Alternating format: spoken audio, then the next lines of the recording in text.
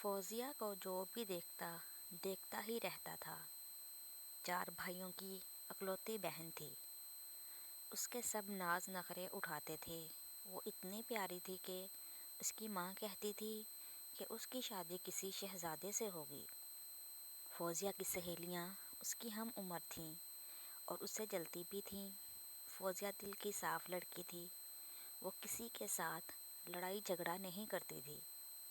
فوزیہ کی ماں نے کہا کہ شکورن خالہ آئی ہے، دوپٹہ اوڑھ کر آنا۔ شکورن خالہ کے ساتھ ایک خاتون اور ایک لڑکی بھی موجود تھی۔ فوزیہ سلام کر کے اپنی ماں کے ساتھ صوفے پر بیٹھ گئی۔ وہ عورت اور لڑکی فوزیہ کو دیکھ رہی تھی۔ تھوڑی دیر بعد ماں نے فوزیہ کو جانے کا اشارہ کیا۔ وہ معذرت کرتی ہوئی کمرے سے باہر آ گئی۔ فوزیہ کو دیکھنے والی یہ چوتھی فیملی آئی تھی۔ فوزیہ کی ماں چاہتی تھی کہ جلد ہی فوزیہ کو کوئی اچھا رشتہ مل جائے اور وہ اپنے گھر چلی جائے۔ شکورن خالہ نے کہا کہ بہت اچھی فیملی ہے اور لڑکا بھی بہت اچھی نوکری کرتا ہے۔ وہ لوگ جاتے ہوئے فوزیہ کو پسند کر گئے۔ بس وہ لڑکے کا انتظار کر رہے تھے، وہ کیا چاہتا ہے۔ لڑکے کا نام رفاقت تھا اور اس نے فوزیہ کی تصویر کو دیکھ کر قبول کر لیا۔ رفاقت بہت خوش تھا جب فوزیہ کے گھر والوں نے بہت سارا جہیز دیا۔ فوزیہ کے محلے والے بارات دیکھ کر کہہ رہے تھے کہ ایسا لگتا ہے جیسے کوئی شہزادہ فوزیہ کو لینے آیا ہے۔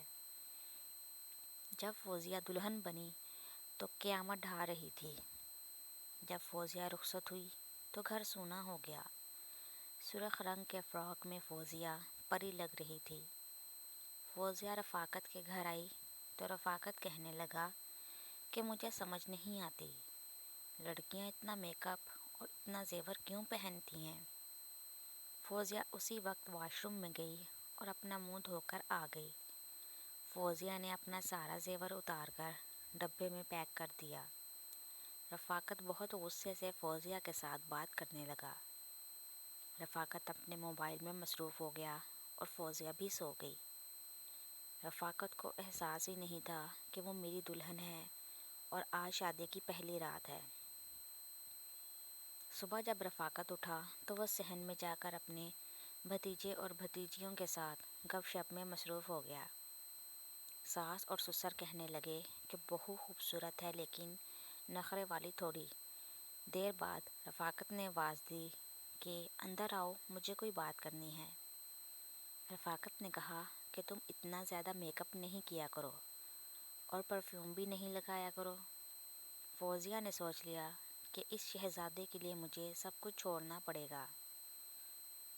ایک دن فوزیہ کی ماں اس کو لینے کے لیے آ گئی، مگر رفاقت فوزیہ کو کہنے لگا کہ اتنی اپنی ماں کے گھر رہی ہو، کبھی دل نہیں بھرا۔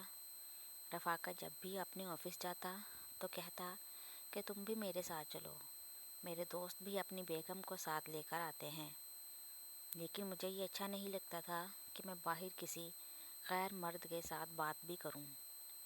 رفاقت کا سلوک پہلے دن سے ہی اچھا نہیں تھا، لیکن فوزیہ نے اپنی ماں کو کبھی بھی کچھ نہیں بتایا تھا۔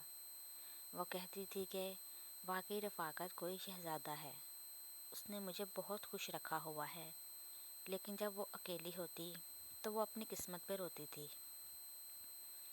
کچھ دن بعد میرا بھائی مجھے چھوڑنے میرے سسرال چلا گیا۔